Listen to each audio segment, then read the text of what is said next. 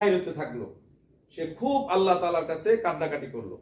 সে কি কান্নাকাটি করলো কেউ কিন্তু শুনে নাই, কেউ কিন্তু কিনা জানে না। তো সে মসজিদ থেকে বাইর হওয়ার পরে রাস্তা দিয়ে যখন আসতেছে, হঠাৎ করে মসজিদের সামনে এক বুড়া বৃদ্ধ লোক, সে এই লোকের কাছে কিছু ভিক্ষা চাইবে। তো তার পকেটের মধ্যে মাত্র 20 টাকাই ছিল। সে 20 টাকা বাইর করে ওই লোকের দেয়া দিল, দান করে দিল।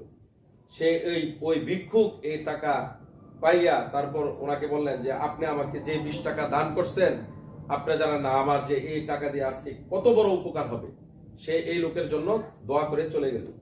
সে নীরবে আস্তে আস্তে ধীরে ধীরে কি করলো, বাড়িতে চলে গেল।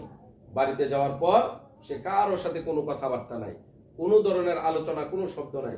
সুন্দর করে সে এশারে সালাত আদায় করলো।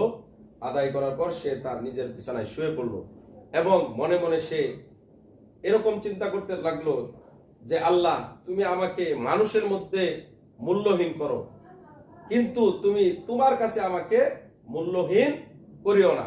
অতএব তুমি আমাকে তোমার কাছে অমূল্য রাখো। এই চিন্তা করতে করতে, এই দোয়া করতে করতে সে ঘুমিয়ে পড়ল। পরের দিন ফজরে আজান হয়েছে, কিন্তু সেই লোক, আর সেই লোকের নাম ছিল শহীদুল, সেই লোক আর কি না ঘুম থেকে ওঠে না।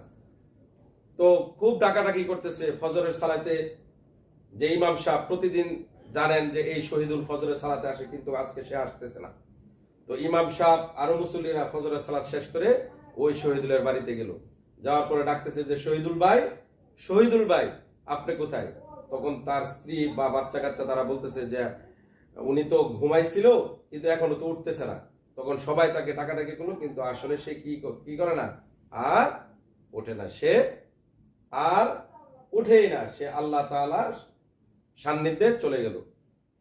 তো এই ঘটনা থেকে আমরা কি শিক্ষা অর্জন করতে পারি? মানুষ যখন তোমাকে ভুলে যায়, আল্লাহ তাআলা তখনও তোমার দিকে তাকিয়ে থাকেন। বুঝছো কথা? যে মানুষ তোমাকে ভুলে যায়, কিন্তু আল্লাহ তাআলা তোমার দিকে কি তাকিয়ে থাকেন। মানুষ যখন তোমার উপর দরজা বন্ধ করে দেয়, আল্লাহ তাআলার দরজা অটোমেটিকলি খুলে যায়। এই শহীদুল ওই মসজিদে যখন দোয়া করতেছিল, তখন এই দোয়া সে করতেছিল যে আল্লাহ, আপনি আমাকে এরকম মাকাম দান করিয়েন যে লাস্টেও যেন আপনার নাম নিয়ে আমি যেন দুনিয়া থেকে যাইতে পারি। তো এই শহীদুল কি আল্লাহ তাআলা শহীদুলের এই দোয়া কি করছেন, কবুল করছেন। এই জন্য সে কি আল্লাহ তাআলা তার